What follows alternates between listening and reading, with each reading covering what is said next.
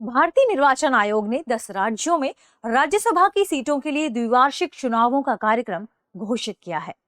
राज्यसभा यानी भारतीय संसद का उच्च सदन, जिसे राज्यों की परिषद भी कहा जाता है, भारतीय संविधान का अनुच्छेद 80 राज्यसभा की अधिकतम संख्या 250 निर्धारित करता है।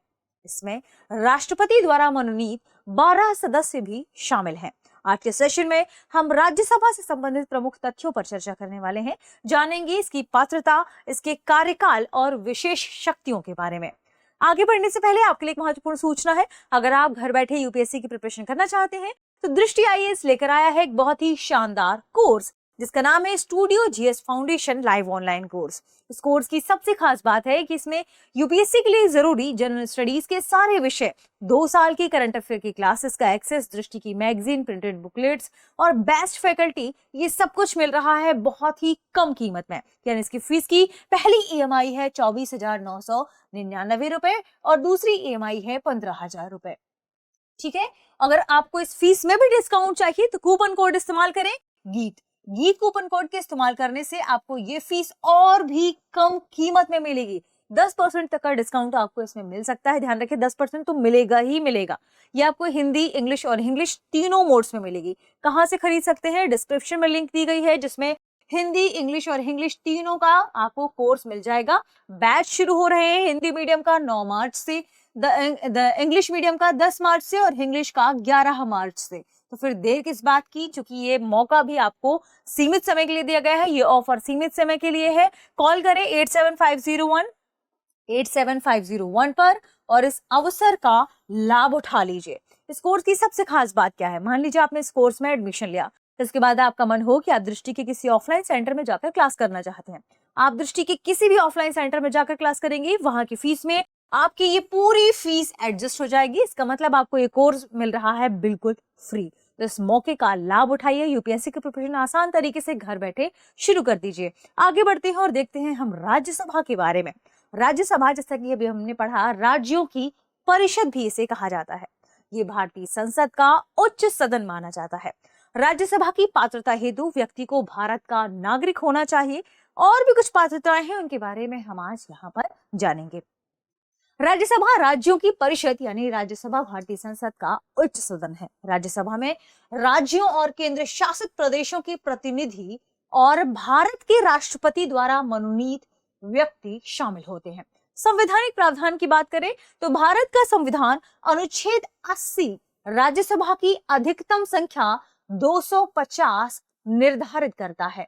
ठीक है, जिसमें साहित्य, विज्ञान, कला और सामाजिक सेवा जैसे क्षेत्रों से विशेषज्ञता प्राप्त लोग शामिल होते हैं। ध्यान रखिएगा, और इन्हें राष्ट्रपति द्वारा मनोनीत किया जाता है। कितने सदस्य होते हैं? 12 सदस्य इसमें शामिल हैं। वर्तमान में सदन में 245 सदस्य हैं, जिनमें से 233 सदस्य राज्यों एवं केंद्र शासित प्रदेशों जैसे दिल्ली, पुदुचेरी और जम्मू एवं कश्मीर का प्रतिनिधित्व करते हैं तथा 12 मनोनीत सदस्य हैं। सीटों के आवंटन की बात कर लेते हैं। चौथी अनुसूची के अनुसार जनसंख्या के आधार पर, ध्यान रखिएगा, किसी राज्य में कितनी जनसंख्या है, ध्यान रखें, तो जनसंख्या के आधार पर राज्यों, केंद्र शासित प्रदेशों को सीटें आवंटित की जाती हैं। तो चलिए कमेंट सेक्शन में बताइए कि ये फॉर्मूला कौन सा है। आगे बढ़ते हैं और इसकी हम पात्रता, कार्यकाल और इसकी विशेष शक्तियों के बारे में जानते हैं। ठीक है, राज्यसभा की जब हम पात्रता की बात करेंगे तो संविधान का अनुच्छेद 84, ध्यान रखें कौन सा अनुच्छेद है? 84। संविधान का अनुच्छेद 84 संसद की सदस्यता के लिए योग्यता निर्धारित करता है। जैसे व्यक्ति को भारत का नागरिक होना चाहिए। तीसरी अनुसूची के अनुसार निर्वाचन आयोग द्वारा अधिकृत व्यक्ति के समक्ष शपथ या प्रतिज्ञा लेनी चाहिए।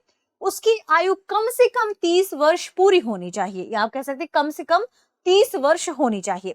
संसद द्वारा कानून के माध्यम से निर्धारित कोई अतिरिक्त योग्यता होनी चाहिए। कार्यकाल की बात कर लेते हैं तो राज्यसभा एक स्थायी सदन है, यानी इसे भंग नहीं किया जा सकता।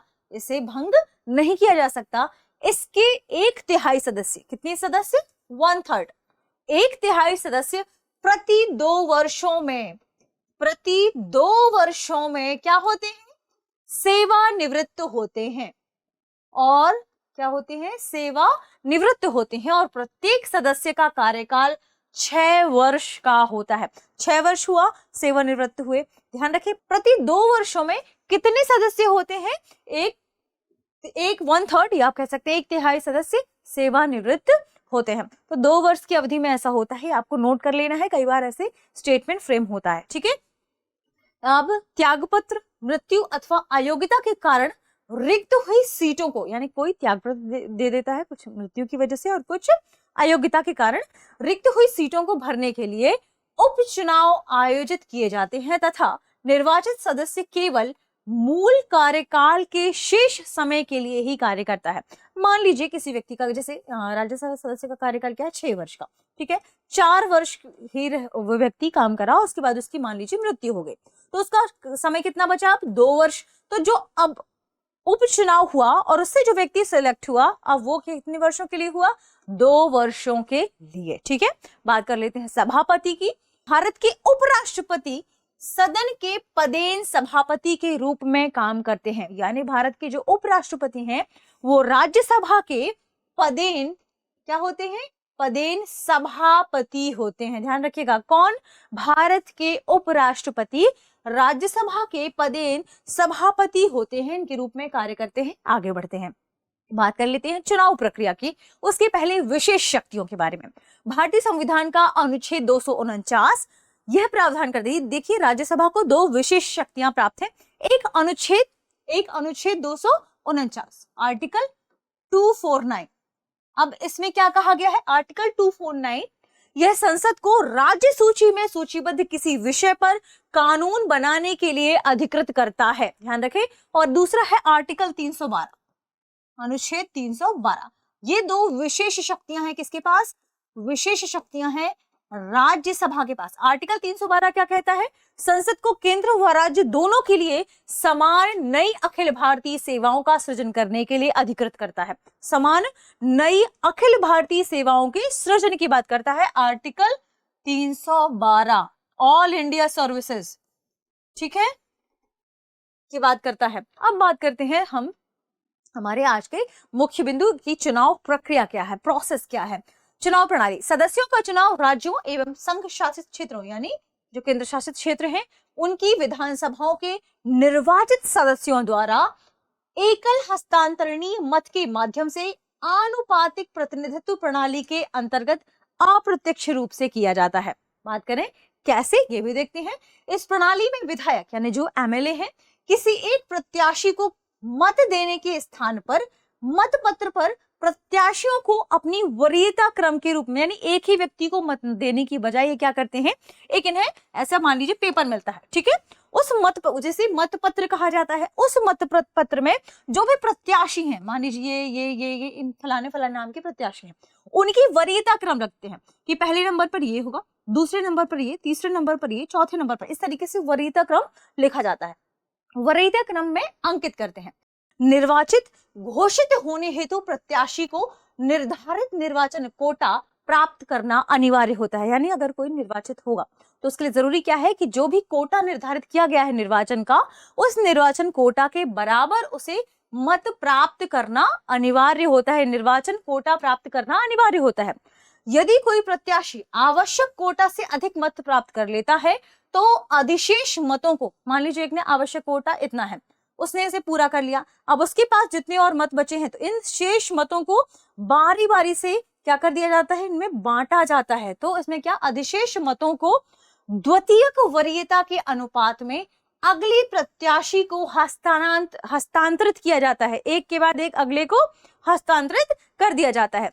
यदि सभी रिक्त स्थान नहीं भरते तो न्यूनतम मत प्राप्त करने वाले प्रत्याशी को बाहर कर दिया जाता है। ध्यान रखिएगा। और उसके जो मत हैं उन्हें शेष प्रत्याशियों में आगामी वरीयता के आधार पर पुनर्वितरित किए जाते हैं। यह है चुनाव प्रक्रिया। बात करें निर्वाचक मंडल की, केवल राज्यों एवं संघ शासित क्षेत्रों की विधानसभाओं के निर्वाचित सदस्य यानी जो एमएलएज हैं वो ही इनके निर्वाचन में भाग लेते हैं। तो अगर निर्वाचित सदस्य के अलावा लिख किया जाए मनोनीत सदस्य, तो ध्यान रखिएगा वो इस निर्वाचन में भाग नहीं लेते। ये सबसे मुख्य बिंदु था। आगे बढ़ते हैं। अगर आपको ये सेशन पसंद आया हो तो अपने दोस्तों को जरूर शेयर करें। प्रश्न क्या है आज का? प्रश्न है राज्यसभा की लोकसभा की समान शक्तियां किस क्षेत्र में है? ऑप्शन ए, नई अखिल भारतीय सेवाएं गठित करने के विषय में। ऑप्शन बी, संविधान में संशोधन करने के विषय में। ऑप्शन सी, सरकार को हटाने के विषय में। ऑप्शन डी, कटौती प्रस्ताव प्रस्तुत करने के विषय में। तो इस प्रश्न का सही जवाब कमेंट सेक्शन में देना ना भूलें। मिलते हैं अगले वीडियो में। शुक्रिया। अब एग्जाम की तैयारी को और बेहतर करने के लिए हमारे चैनल को लाइक, शेयर और सब्सक्राइब करना ना भूलें।